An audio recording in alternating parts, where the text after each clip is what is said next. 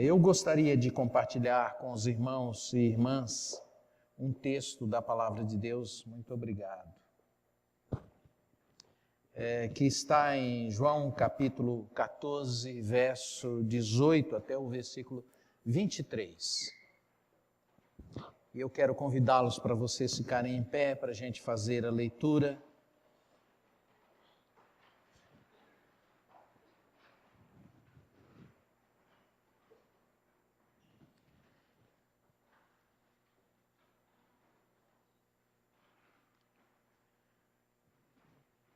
João, capítulo 14, verso 18 em diante, até o versículo 23. Não vos deixarei órfãos, voltarei para vós outros. Ainda por um pouco, e o mundo não me verá mais. Vós, porém, me vereis, porque eu vivo, vós também vivereis. Naquele dia vós conhecereis que eu estou em meu Pai, e vós em mim, e eu em vós. Aquele que tem os meus mandamentos e os guarda, esse é o que me ama. E aquele que me ama será amado por meu Pai, e eu também o amarei, e me manifestarei a ele. Disse-lhe Judas, não o Iscariotes, de onde procede, Senhor, que estás para manifestar-te a nós e não ao mundo? Respondeu Jesus, se alguém me ama, guardará a minha palavra, e meu Pai o amará, e viremos para ele e faremos nele morada. Senhor, é a tua palavra que lemos, e somos gratos porque ela é viva. Ela não é apenas um texto, mas ela fala aos nossos corações, ela fala conosco, ela mobiliza as nossas energias interiores, a nossa alma, as nossas emoções, para a gente te compreender melhor. E nós pedimos que através do teu Espírito, Senhor, provoque em nós essa disposição para a gente te ouvir, para a gente te compreender, para a gente comer da tua palavra nesta manhã. Que ela nos engravide, que ela nos encha da tua vida e que ao sairmos daqui alguma coisa nova aconteça, para sempre em nós. Porque a tua palavra promete que ela assim é, que ela não é inútil ao ser anunciada e pregada. E é assim que nós cremos, Senhor. Por isso pedimos que o Senhor fale conosco. No nome de Jesus. Amém e amém. Vocês podem se assentar.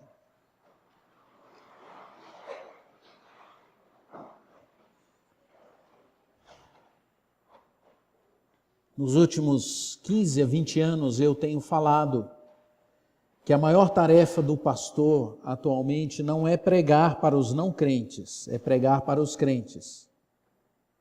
Explicar melhor quem é Jesus. E isso não é por culpa dos crentes, mas em função de uma certa distorção que tem acontecido nos últimos anos na história da igreja. As pessoas, ao que eu tenho entendido e percebido e compreendido e de certa forma tenho percebido através da minha vida, desse tempo que sou pastor, as pessoas não têm muito claramente quem é Jesus. E como consequência disso, toda a nossa relação com Deus, com os irmãos na igreja, com a própria igreja, com a sociedade, com o mundo, esse relacionamento se torna complicado e muito difícil e muito confuso. A maioria das pessoas querem Jesus para resolver alguns dos seus problemas.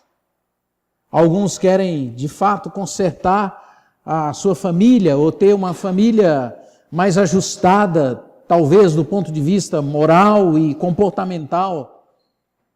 Alguns querem Jesus para resolver alguns problemas de ordem pessoal, talvez para ter uma cura física, e alguns um pouco mais lúcidos, talvez queiram Jesus para ter uma cura do ponto de vista emocional. Alguns querem Jesus para resolver os seus problemas de ordem financeira. Quem sabe obter algum sucesso do ponto de vista humano. Quem sabe obedecer alguns dos princípios da sabedoria da Bíblia para conseguir algumas coisas na sua vida e para ter uma melhora, um progresso do ponto de vista material, social ou dessa ordem. Isso faz e provoca na vida das pessoas uma relação deturpada e deteriorada com Deus e com as pessoas e com a própria igreja, como já disse. De tal forma que isso vai trazendo para nós uma situação muito complicada, muito complexa. As estatísticas mostram que a maioria dos crentes tem uma vida de oração muito empobrecida, tem uma vida de relacionamento muito pobre, tem uma vida de leitura da palavra de Deus extremamente empobrecida. As pessoas mantêm relacionamentos muito inadequados com Deus, com a família, com os amigos, com a igreja, porque de fato elas não conhecem, e elas não sabem, elas não desenvolvem uma vida e não têm uma consciência sobre de fato quem é Jesus e quem é a pessoa de Cristo. Nesse contexto em que nós estamos lendo, há uma transição. Essa transição Jesus está agora se apresentando para os discípulos e dizendo assim para eles: olha, eu vou deixar de estar presente na vida de vocês do ponto de vista físico. E eu vou ao Pai, vou morrer, ressuscitar, vou ao Pai e vou voltar para morar dentro da vida de vocês. Até no Antigo Testamento, quando havia algum desejo de Deus se manifestar diante das pessoas, quando Deus desejava falar com as pessoas, Deus escolhia alguém e através do Espírito Ele ia e usava a vida daquela pessoa para provocar alguma mudança, alguma situação nova entre o povo de Israel. Ele usava a vida daquelas pessoas para que elas fizessem alguma coisa que lhes trouxesse para a nação alguma melhoria, mas eram pessoas específicas que o Espírito Santo vinha e tomava conta daquelas pessoas e as usava. Agora, isso vem através de Jesus. Jesus é totalmente homem e totalmente Deus. Ele encarna, ele vem, toma um corpo como o nosso, transpira, vive como nós, andou como nós andamos, sofreu todas as tentações que nós sofremos. A única coisa que ele não fez, a Bíblia diz, foi que ele não pecou. Todas as outras coisas ele fez igual a todos nós.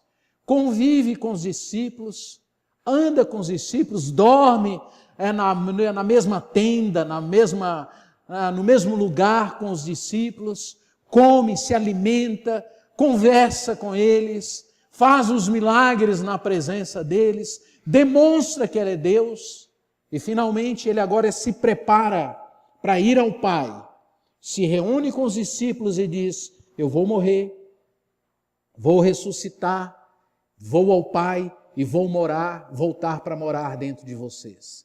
Todas as vezes que Jesus falava sobre morrer, ressuscitar e voltar, os discípulos tinham uma reação negativa. Os discípulos não gostavam dessa possibilidade.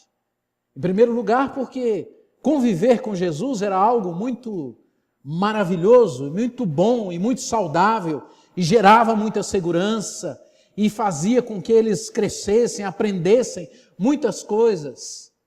Mas agora Jesus está dizendo para eles: eu estou limitado fisicamente, eu preciso ir ao Pai para voltar e morar dentro de vocês. E apesar dele dizer isso, os discípulos não criam nessa possibilidade dele voltar para morar dentro deles. Por isso eles se entristeciam, não só por terem que perder a companhia de Jesus, mas também porque eles não criam que seria possível Jesus voltar e morar dentro deles. Eles tinham uma resistência a essa possibilidade de Jesus voltar para morar dentro deles. E o texto que a gente lê vai ficando claro por que eles não queriam. Porque eles não tinham esse entendimento, porque eles não conseguiam crer nessa possibilidade de Jesus voltar e morar dentro deles. Em primeiro lugar, eles não queriam que Jesus viesse para dentro deles. Eles queriam Jesus com eles, ao lado deles, mas não queriam que Jesus morasse dentro deles. Jesus dizia a eles: é melhor eu morar em vocês do que morar com vocês. É melhor que eu esteja dentro de vocês do que eu estar do lado de fora de vocês. E ele começa então, Jesus começa a conversar com eles, a dialogar com eles. Jesus começa a dizer para eles: eu preciso agora, esse Jesus que se apresenta a vocês fisicamente, eu preciso agora vir invisível e morar dentro de vocês, morar na alma de vocês, morar no coração de vocês, morar no interior de vocês, viver dentro de vocês, ir aonde vocês forem, não ter mais essa limitação física, deitar aonde vocês deitarem, ocupar o coração de vocês de tal forma que aonde vocês estejam, eu também estejam, não mais andando do lado de fora, mas agora identificado, e não mais identificado pelas curas, não mais identificado pelos problemas, não mais identificado pela solução que eu dou à vida. Agora vocês vão ser conhecidos não pelo fato de vocês serem amigos de alguém que resolve problemas, mas pelo fato de serem habitados por uma pessoa que é Deus. Eu quero vir e morar em vocês, e vocês vão ser conhecidos por serem habitados por mim, por serem transformados pela minha vida. Eu quero morar dentro de vocês. E eles não entendiam.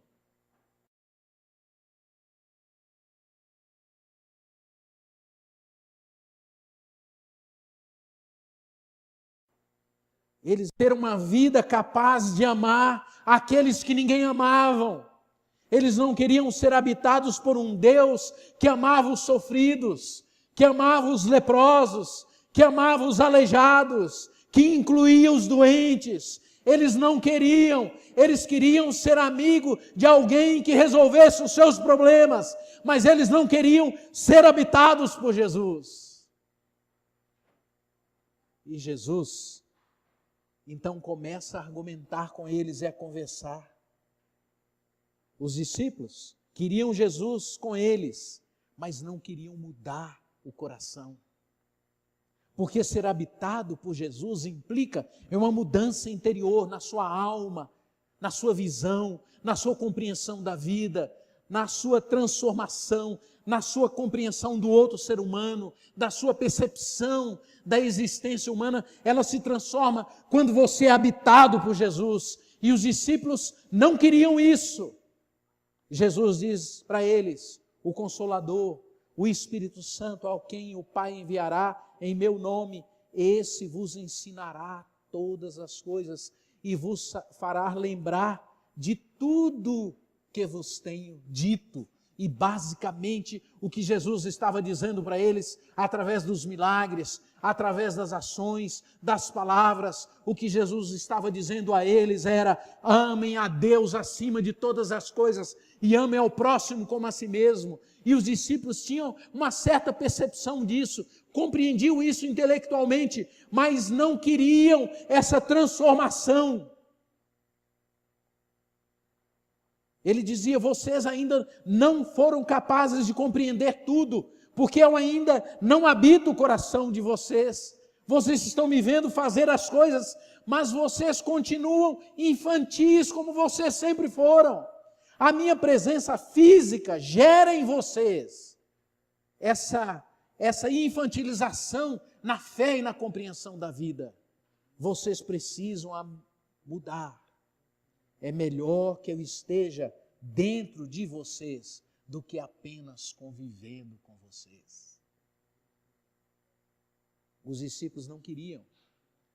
Eu acho que alguns pais têm essa percepção. A presença física da gente perto dos filhos, às vezes os impede de amadurecerem, de crescerem.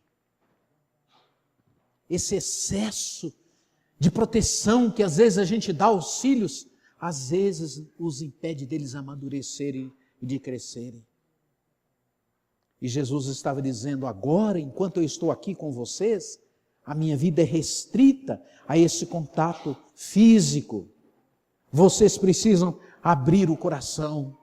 Eu vou morrer, eu vou estar na cruz, mas eu vou ressuscitar, eu vou para o Pai e eu vou voltar e vou morar dentro de vocês. Muitos de nós agimos como os discípulos, preferimos ver Jesus do que crer que Ele habita no nosso coração. Nós preferimos ver Jesus, e se alguém falar que Jesus está em algum lugar, nós faremos qualquer sacrifício para ir até lá, para encontrarmos, para irmos ao encontro, para vermos.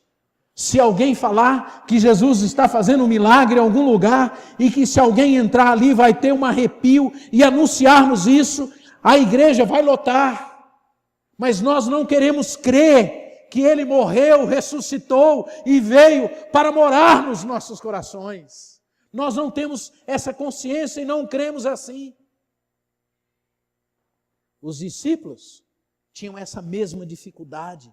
Nós preferimos ver, tocar, do que acreditar que Ele está presente e vivo nos nossos corações. Se preferimos acreditar na verdade, que Ele está ao nosso redor, e se não houver algo espetacular que a gente possa ver, a gente tem alguma dificuldade de crer. É por essa razão que as pessoas, elas preferem esses anúncios pomposos de espetáculos maravilhosos a respeito de Deus e de Cristo. Na minha experiência como pastor, quando alguém muda de igreja, eles não mudam porque a igreja a qual eles estão participando, no caso aqui eu estou presente, não é porque aquela igreja esteja pregando a Jesus, a igreja que eles vão estejam anunciando Jesus Cristo. A maioria das pessoas mudam de igreja e eles dizem: é porque quando eu vou lá eu sinto arrepio, é porque quando eu vou lá eu fico impressionado, é porque os milagres acontecem. Eu vou lá porque o pastor é bacana, é simpático, é bonzinho, é legal. Eu vou naquele lugar porque lá tem um bom programa para as crianças. As pessoas são seduzidas pelos programas. As pessoas são seduzidas pela aparência. As pessoas são envolvidas pelo que está do lado de fora. As pessoas são seduzidas pelo visual. Mas as pessoas, mesmo aqueles que estão nas igrejas, não estão crendo que Jesus morreu, ressuscitou e veio para morar dentro de gente como eu e você. Essa é a razão pela qual as igrejas estão desanimadas, aflitas, apavoradas, com medo de sumirem, desaparecerem, de perderem o significado. É porque as pessoas não creem que Jesus morreu, ressuscitou e quer morar em gente como eu e você.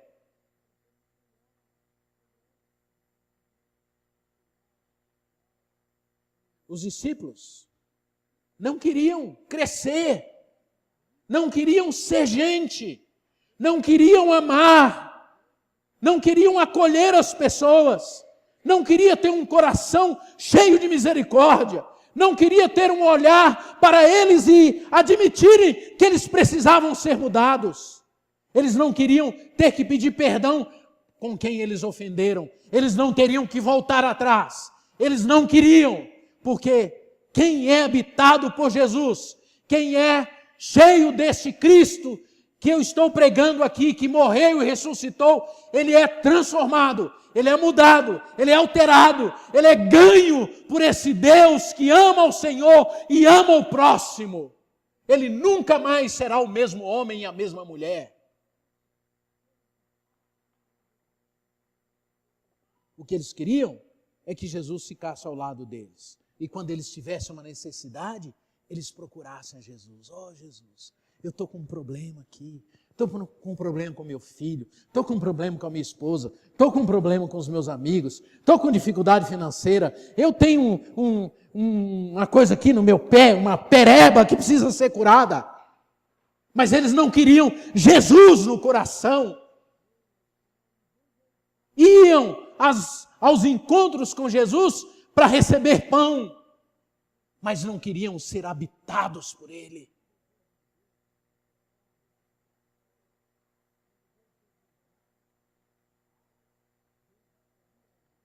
Às vezes, nós que estamos acostumados com essa frequência na igreja, essa dominicalidade da igreja, essa coisa da gente ir para a igreja por obrigação, essa coisa de ter que ir, essa dificuldade de acordar, essa dificuldade de demonstrar afetos a Deus, de demonstrar amor a Deus, de fazer as coisas por causa dEle e para a glória dEle, para honrá-lo. Essa falta de paixão pelo Senhor. Às vezes, Deus precisa tratar isso na nossa vida e às vezes trata isso de forma dura. Às vezes tem que remover de dentro do nosso coração aquelas coisas que nós amamos mais do que a Deus. Às vezes um filho, às vezes a esposa, às vezes os bens, às vezes o trabalho, o emprego. Tem momentos que o Senhor precisa tirar essas coisas de dentro de nós, para que a gente possa crescer e crer que apesar de nós, somos habitados por esse Filho, por esse Deus que morreu, encarnou, morreu, ressuscitou e agora resolveu morar em gente como eu e você.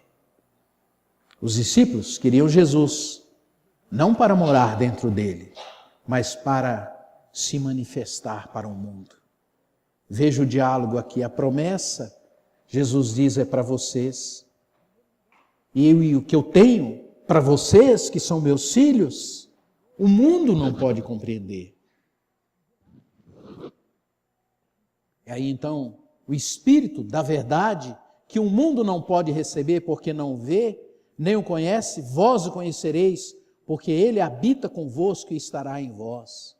Aí então, quando ele diz isso, Judas, não Iscariotes, reage e diz, de onde procede, Senhor, que está para se manifestar, não a nós, mas ao mundo. Ainda dá uma bronca em Jesus. O que é isso, Jesus? Como é que o Senhor fala um negócio desse? Nós convivemos contigo há tanto tempo, nós já sabemos quem o Senhor é. Nós já sabemos o que o Senhor faz. Nós já vimos o Senhor fazer muitos milagres. Nós sabemos que o Senhor veio a esse mundo para fazer da gente, de nós, os seus discípulos, gente importante. Nós vamos ser bacana aqui quando o Senhor libertar o povo de Israel das garras do Império Romano. Nós vamos ser grandes aqui. Nós vamos ser os maiorais. Nós queremos, Jesus, que o Senhor fique aqui conosco, porque quando tiver um problema e algo para acontecer, nós vamos chamar o Senhor para resolver. Quando tiver um endemoniado, nós vamos chamar o Senhor para expulsar os demônios. Nós queremos que o Senhor fique ao nosso lado, porque quando houver algum aleijado, nós vamos chamar e dizer, Jesus, está aí, ó, o Senhor não é esse cara que faz tanta coisa, que cura, que resolve tudo, põe esse aleijado para andar agora, Jesus, e eu vou mostrar para a turma que eu sou amigo desse que faz essas coisas incríveis. Nós já te conhecemos, nós já andamos com o Senhor, nós comemos do mesmo pão que o Senhor come, nós andamos com o Senhor aqui em Jerusalém, nos expomos. Tem gente que não gosta do Senhor e consequentemente gosta da gente, não gosta da gente, mas nós acreditamos que o Senhor é um cara poderoso e que o Senhor vai fazer muita coisa e nós vamos ser amigos do poderoso. Como é que o Senhor não tem mais que se manifestar para nós e sim para o mundo? Como é que o Senhor diz uma coisa dessa? Nós já sabemos que o Senhor é. Alguns de nós frequentamos a igreja por tanto tempo e já achamos que sabemos quem é Jesus. E falamos para nós mesmos, lá nos porões da nossa alma, eu frequento a igreja, eu sou um bom crente. Eu nunca fiz nada para ninguém de errado. Eu vou na igreja. Eu dou meu dízimo. Eu canto. eu ajudo dentro do que eu posso, eu sou um bom crente, já conheço Jesus, já estou satisfeito, já está bom demais. Esses ainda não entenderam que Jesus morreu, ressuscitou e veio e voltou para morar nos nossos corações. No fundo, nós estamos nos assegurando e baseando a nossa fé nessas coisas externas e não no fato de sermos habitados por Jesus. Dentro da nossa alma ainda latejam muitas ambições egoístas. Dentro da nossa alma ainda tenta se manifestar muitas perversidades de toda ordem. Dentro de nós há muitos interesses em jogo dentro da nossa vida. Há muitas percepções da vida distorcidas. Há um olhar para o outro sempre de desconfiança e de desamor.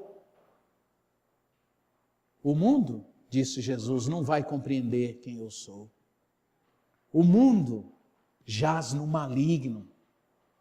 E essas preocupações que tomam conta do nosso coração nos impede de compreender quem é Jesus e quem é Deus. Ele diz, eu vim e eu estarei dentro de vocês. Eu vim para isso e vão me compreender aqueles que crerem em mim, aqueles que me receberem. O Espírito Santo, o Consolador, o Espírito da verdade, que o mundo não conhece, não vê, não pode. Ele vai falar da parte do Pai e Ele vai falar de mim em vocês. Ele vai morar dentro do coração de vocês e Ele vai falar a meu respeito para vocês. Talvez alguns de vocês estejam perguntando, mas pastor, eu não estou entendendo. Eu creio que eu sou habitado por Jesus. Mas às vezes nós estamos tão cheios de tantas coisas do mundo, de tantas doutrinas, de tantas religiosidades, de tantas coisas que estão do lado de fora de nós e que são motivadas para que a gente se apresente aos outros, que a gente não permite que essa vida de Jesus se manifeste em nós. Finalmente, os discípulos queriam Jesus, mas não queriam obedecer aos seus mandamentos. Aquele que tem os meus mandamentos e os guarda, esse é o que me ama. Aquele que me ama será amado por meu Pai. E eu também o amarei e me manifestarei a Ele. Meus mandamentos, Jesus diz, é amar a Deus e amar o próximo. São só dois. São simples, somente dois. Tudo que você fizer, quando você tem essa consciência que você é habitado por Ele, você vai fazer por amor a Ele, por amor ao próximo. Ainda que você ande ajoelhado, ainda que você faça todo o sacrifício, se você não obedecer e amar o Pai, você não vai manifestar essa vida de Jesus em você. Eles queriam Jesus perto deles, mas não queriam que Jesus morasse no coração deles. E eu quero encerrar dizendo a você que os discípulos, eles não queriam Jesus dentro deles, porque eles não criam o que poderia acontecer com eles. Eles tinham uma expectativa de algumas coisas ali, materiais e externas, e acontecendo ali naquele mundo em que eles estavam vivendo. Eles não tinham uma perspectiva da eternidade.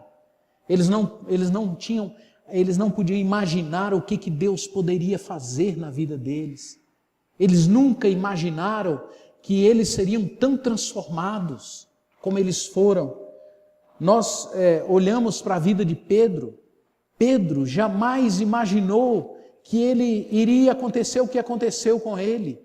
Ele, um homem duro, de temperamento complicado, difícil, cheio de complexos e de dificuldades, um homem que reagia mal, um homem dúbio, que uma hora ele apoiava, outra hora ele era contra, uma hora ele dizia que ia brigar por Jesus, em outro momento ele afirmava que iria ficar contra Jesus, dizia que não era parte, não faço parte disso, nem sei quem é esse Jesus.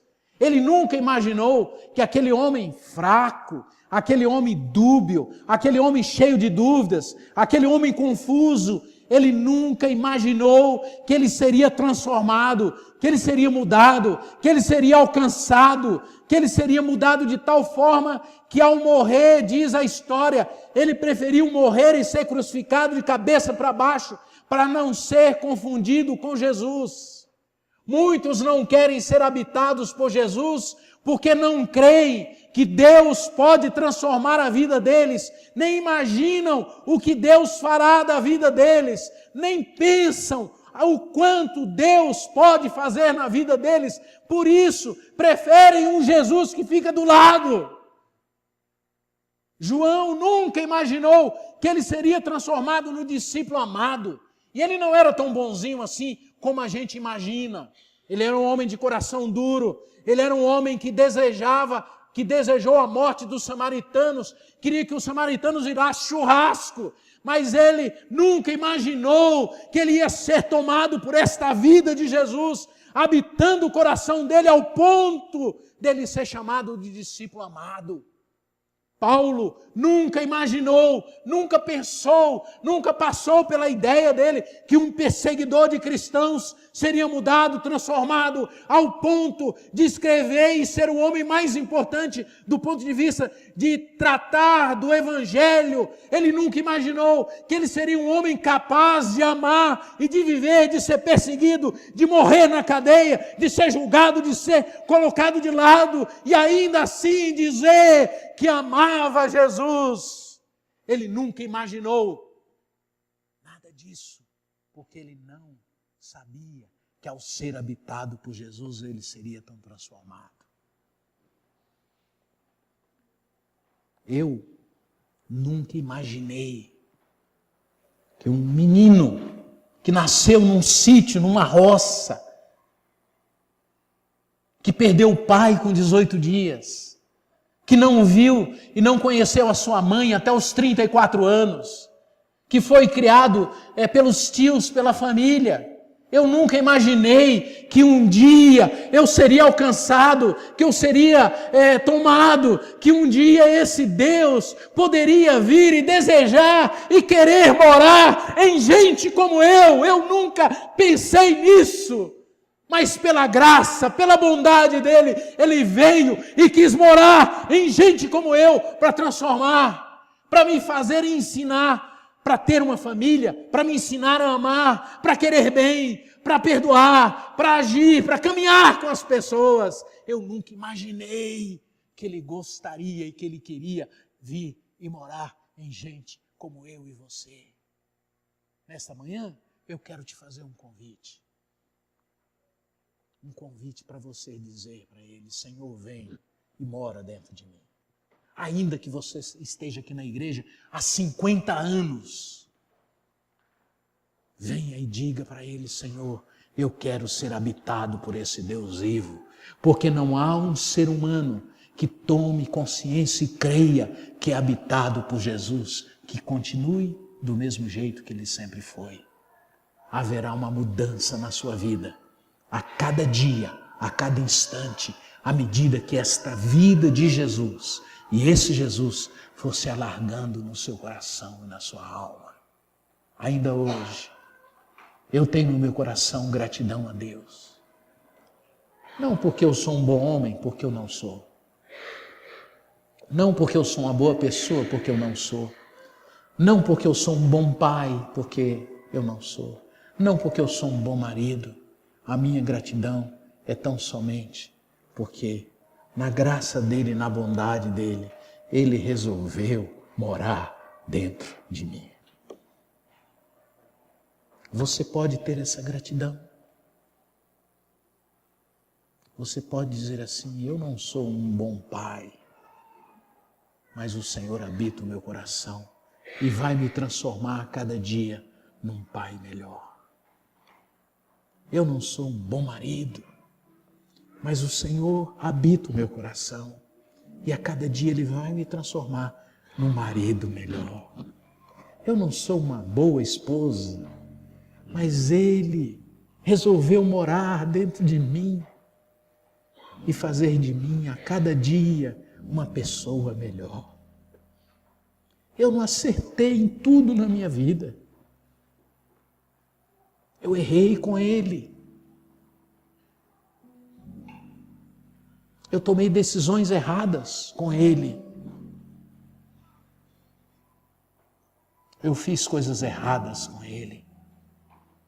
Mas ainda assim, Ele resolveu morar dentro de mim. Eu não sei como a gente continua reagindo dessa forma como igreja. Como conseguimos levantar de manhã e não ter gratidão a Ele?